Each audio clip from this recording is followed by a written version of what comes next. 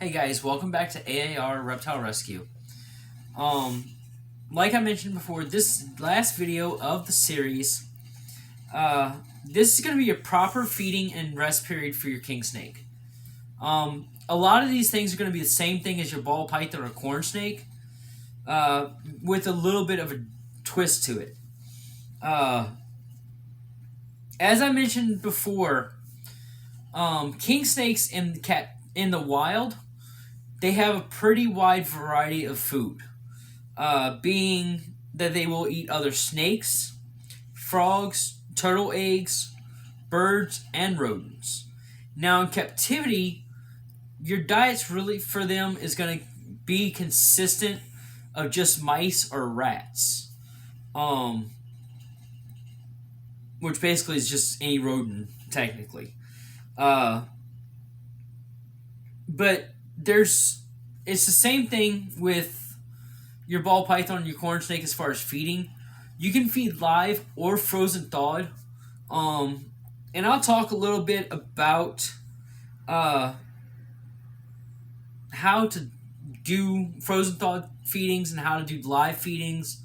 But I'll also talk about why I choose one over the other. Um,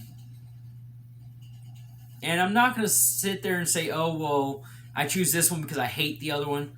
No, I do feed both, but I'd rather one over the other because I feel it's a safer method of feeding. Let's go ahead and talk about frozen thawed. Uh, Basically, it's just like my other videos for proper feeding and things like that with frozen thawed, and how I've showed you how I feed Patty, uh, which is my youngest ball python, my smallest one. She's frozen thawed like a champ. But what you want to do is after you take the rodent out of the freezer, if it's in a plastic bag, you can put that little plastic bag into the container that you thaw it out in. Just make sure it's a plastic container that you don't want anymore, that you're never going to want to use again to thaw out the mouse in. If it's not in the plastic bag, you can still thaw it out. But usually whenever I have them like that, which I get that way all the time now, but whenever I take them out of the freezer, I'll put them in a small butter container, and I fill it up with either lukewarm water if I have enough time to actually wait about 30 minutes for it to fully thaw out. If I'm in a rush to kind of get her fed and get other things done with the other reptiles or with the other animals in my home, what I do is I'll make sure it's like hot water so it thaws faster and it heats up the body a little bit quicker. And then I take it out of the water, put it in between paper towels, and kind of pat it dry to where it's not too much water on it, to where it's not dripping wet. And then I go ahead and present it to my snake. Now, whenever you're doing this, there's two things that I recommend with king snakes. Even whenever you're frozen thawed, even if you're an experienced handler, I don't really recommend feeding by hand, even as an experienced handler with king snakes, because of how bitey they can get. If they see your hand and they think that you're a threat, reaching in, even if you have that mouse in your hand, even if you have it by the tip of its tail and it's still hanging from your hand, they're going to go for the larger thing, thinking it's going to hurt them, and they may bite your hand. So get a pair of feeding tongs. If you're a new handler, don't feed by hand until you're experienced with doing it. With king snakes, I don't recommend by hand anyways, but it's up to you if you're willing to take that risk of being bit. I've done it before. I do feed by hand whenever I've fed a corn snake before. Like I said, I've been bitten by them, so I know it doesn't hurt. But get feeding tongs. You can get them at any pet store. If they don't have them in stock, just ask and they'll reorder. I just asked Mr. Pat's crew today about feeding tongs for my Pac-Man frog, and they're like, yeah, we don't have any in stock, but I'll make sure we order some more, and we'll have them by Thursday. So, honestly, they will get you whatever you need. If it's Petco or PetSmart, they'll make sure they put it in their order list, and they'll get what you need for you. But get the feeding tongs that have the rubber tips. The reason I say this is the teeth in your snake's mouth, if they bite down on the metal feeding tongs, it could damage their teeth and hurt them. So get the rubber ones. It helps protect their mouth a little bit more. They could still damage their teeth with it if they grab onto it and hold on, and you go to pull it. It could damage their teeth. But if they bite down on them, usually they'll release it whenever they realize it's something they can't eat, or it's too hard, or it just doesn't seem like their prey. Um, but make sure you get the ones with the rubber tips on them. It's safer for your snake.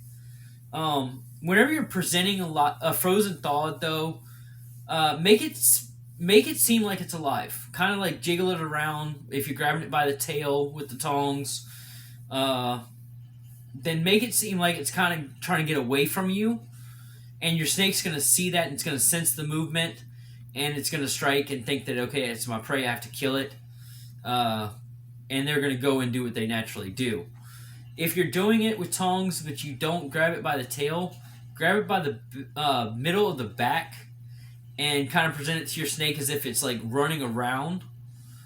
Not too quickly though, just kind of like slight movements with it to make it seem like it's alive, and your snake will bite down on it and constrict it and try to take it and go ahead and start eating.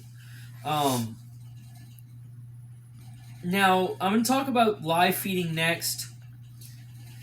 But before I do that, with frozen thawed, it's actually my preferred way of feeding. The reason I say that I prefer frozen thawed is because of the safety factor of your snake. Frozen thawed, they're previously killed. It can't injure your snake whenever your snake's eating. So it can't attack your snake whenever it's constricting it to try to get away or anything. Now, whenever you're feeding live, which I do with one of my snakes, and I've actually had to make sure she wasn't hurt, the rodent can turn around and either bite your snake or scratch your snake. Because that's basically them saying, oh shoot, something's got a hold of me. I need to try to fight my way loose so I can save my life. And it will either bite your snake or scratch your snake, which can injure them pretty badly. So that's why I recommend the frozen thawed feedings. If you're switching over from live, it is a little bit of a process to switch to frozen thawed, but it can happen. It just takes time and some work to get them switched over. But I feel it's a safer method of feeding. Also, whenever I do frozen thawed feedings, even though it's already dead, I make sure that my snake's not having trouble getting it down. So that whenever my snake takes that rodent into its mouth and starts eating and starts swallowing it down, I just make sure that my snake doesn't start to have trouble with getting it down their mouth or anything, to where they either throw it back up or whatever, or they're having trouble because of the size of it. So I always monitor my feedings, even if it's frozen thawed or live. But now that we've covered the frozen thawed, let's go ahead and talk about live feeding and the proper way to do a live feeding. With live feeding, take your snake out the enclosure. It's the best way to do it with that, because if you have them in there and they're actually having to chase that rodent around their enclosure, whenever you go to stick your hand in, if they see your hand and they see it moving towards them, they're going to think it's possibly food and they're going to want to bite. So I always recommend taking them out of their enclosure for a live feeding and putting them like a Rubbermaid tub or something like that they can actually eat and they have enough room to move around, so that they don't feel like every time you reach in their cage it's time to eat. Now, with that being said, whenever you do that and you take them out and you put them in the Rubbermaid container, after you put them in, grab out the mouse or the rat that you're about to present to your snake, set it down in the tub, and let the snake do its work. The snake will sense it, the snake will start to hunt it, and whenever it feels ready to strike, it will strike and take this rodent and constrict it until it's dead, and then we'll eat it. But whenever you're doing this with live, I cannot stress it enough, watch your snake. Monitor your snake.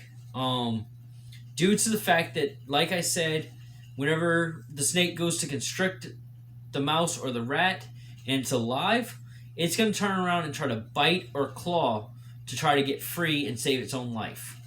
It's natural instincts for them to protect themselves. But just make sure that if you're feeding live and your snake's not showing interest, but hey, that rat or that mouse is trying to bite your snake, separate them. Remove your snake from that environment immediately, due to the fact that rat will bite your snake and will injure them. I had that happen with Xena with a rat at one point. She was not showing interest in it, and the rat was deciding, hey, I'm going to mess with you and let you know that I'm the one in charge, and started to bite her. It damaged some of her scales, did not puncture her. So I'm very happy that I caught it in time, because I am very vigilant about stuff like that.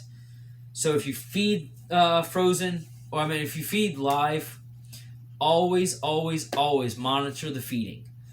I always monitor it until they get it down, until they start digesting and pushing it down towards the center of their body to start digestion process. Now, if they are injured, if they do get bite marks on them and it does draw blood or anything, treat it as usual with a regular cut or wound with Neosporin non-pain reliever. Neosporin does not pay me to say that. It's actually just from personal experience that I'm saying this. But treat it as you would as if you had a cut. Treat it with Neosporin daily. Make sure it's healing properly, and it's not getting infected. Next, I'm going to talk about the rest period. It's the same as your corn snake, your king snake, your ball python, rosy boas, really any snake you have. It doesn't matter the species of snake. Give them 48 to 72 hours. I say 48 to 72 due to the fact that that gives them enough time to rest, to move around on their substrate and push their food down, and it also gives them enough time for their body to process the food and digest it properly. A lot of times whenever I feed, I go right between that range, and I'll do about 60 hours after feeding before I handle again. Like with Patty, she was just fed yesterday, so I won't handle until Monday. Let's say I fed her. Actually, no, it would probably be Tuesday before I handle her, due to the fact that I fed her Monday night and after 8 o'clock. So I'll wait until maybe 8 o'clock the next morning to start handling again. And that gives her proper time to rest and relax. So, like I always say, for any of your snakes, 48 to 72 hours gives them enough time to properly digest their food, gives them enough time for their body to process all the nutrients and get them into their system. But that completely goes up to you. But if you start stressing out your snake after they've eaten, and if you try to handle too soon, it could cause them to throw up their food and hurt them. So that's why I always say 48 to 72 hours at least, due to the fact that it gives them enough time to truly digest and start processing their prey and their food they've eaten. But we're going to wrap this up. We're going to wrap up this series. Thank you guys so much for watching. As I always say, guys, and every now and again the other half will actually write it down in the notebook. As you guys can see, I usually have her write down everything I want to mention in videos. I kind of throw in a few things every now and again. But as I always mention, no question about a reptile or an animal is a dumb question to me. That just shows me that you're willing to learn and that you are looking for information to help you learn. And I'm willing to answer those questions. So feel free, ask me anything. You have a question about your ball python. Your ball python is acting odd. I'm going to research on why that would be happening, and I'll give you the proper answer and advise you if you need to take it to the vet for treatment or if it's going to come out of that stage or whatever. Uh, just like if you have a cat that is sneezing a lot or sounds like it's trying to cough, uh, I will tell you how to treat that or if it needs vet care immediately. Um, as I've mentioned before, I went to school for vet tech for dogs, cats, horses, things like that, for mammals mainly. So a lot of my experience is education that I have received and also from personal experience. So I'll answer questions about any animals or any reptiles. Feel free to leave them down below in the comment section or find me on Facebook, AIR Reptile Rescue, and message me there and ask me.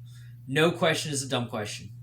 If you're leaving comments, please make sure they're age appropriate.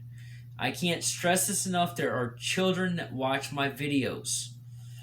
If these children are reading this and they see your comments and they're not appropriate, you're teaching the children bad things. My videos are not meant to teach them the wrong things. I'm teaching these children how to properly care for their reptiles, how to properly understand their reptiles. I'm not trying to teach them bad habits. So please do not post anything inappropriate. If you do, I will report it to YouTube. I will block you from commenting. I don't want to block people. I feel that it's wrong, that it's not giving you the chance at freedom of speech. But if you break my rules of not making sure it's appropriate for the children, and this is just my personal preference for my own page, then I will have to block you, and I'm sorry if I do. But if I feel it's inappropriate for the children, I will not allow it. I have 3 daughters of my own. If it's inappropriate for my own kids, I feel it's inappropriate for other people's children. So please keep it appropriate, guys. I love kids. I have my 3 girls. I love them to death. I don't want them watching my videos and then going and reading the comments and saying, oh, well, if that person's saying it, it's okay for me to say stuff like that. If it's not appropriate, I don't want the children saying it. So kids, if you see stuff that's not appropriate on videos that you watch on YouTube, don't go to school and say, hey, I learned this. If it's not appropriate, don't do it. If you don't know if it's appropriate or not, ask mom and dad. Always ask questions about something you're not sure about.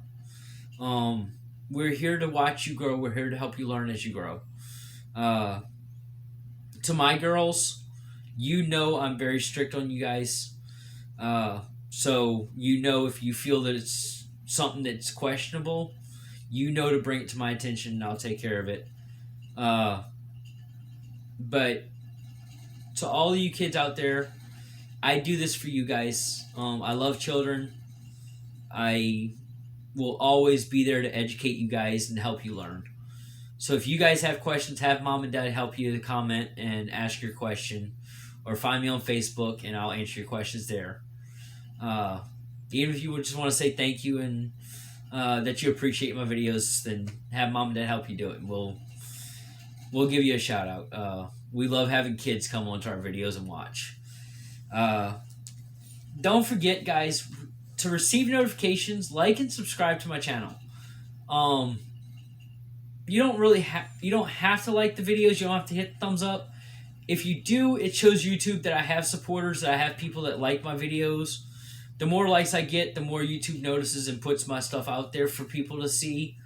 But if you subscribe and you hit that bell notification, you click all, every time that I post a video, you'll get notices from YouTube whenever I post a new video, so that you know whenever I come and I post something. Or if I decide to go live on YouTube, guys, I may throw in just odd videos every now and again.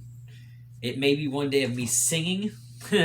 Yeah, my other half gives me that look a lot.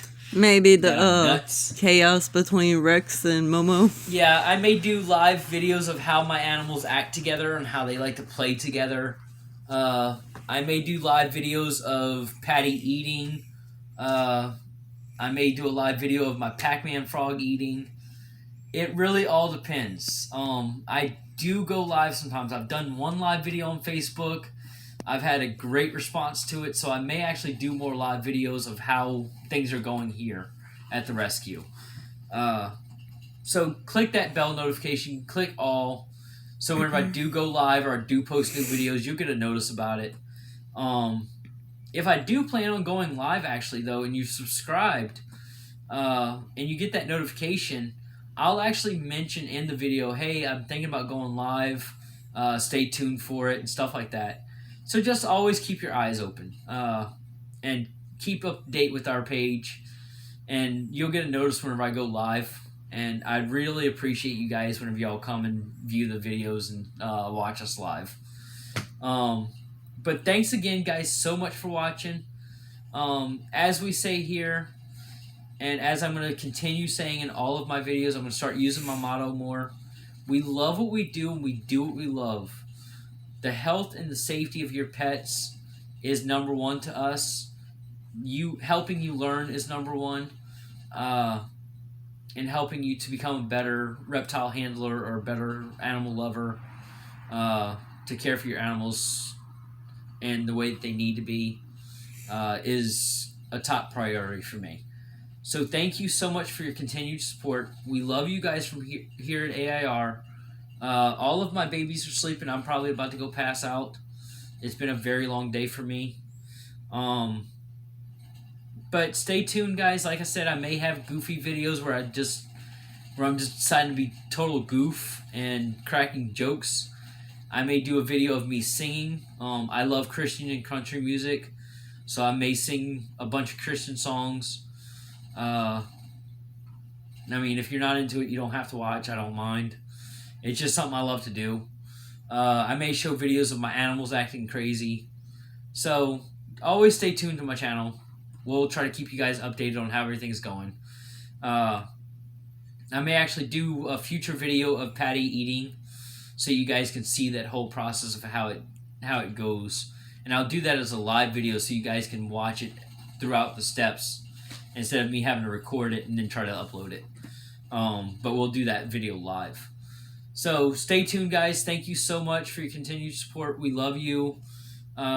If it's cold where you're at, stay warm, stay safe, and remember that we are here if you have any questions. Good night from AIR. Good night from a cold Louisiana. And we'll see you guys in the next video series, which is going to be about the rosy boas. Bye, guys.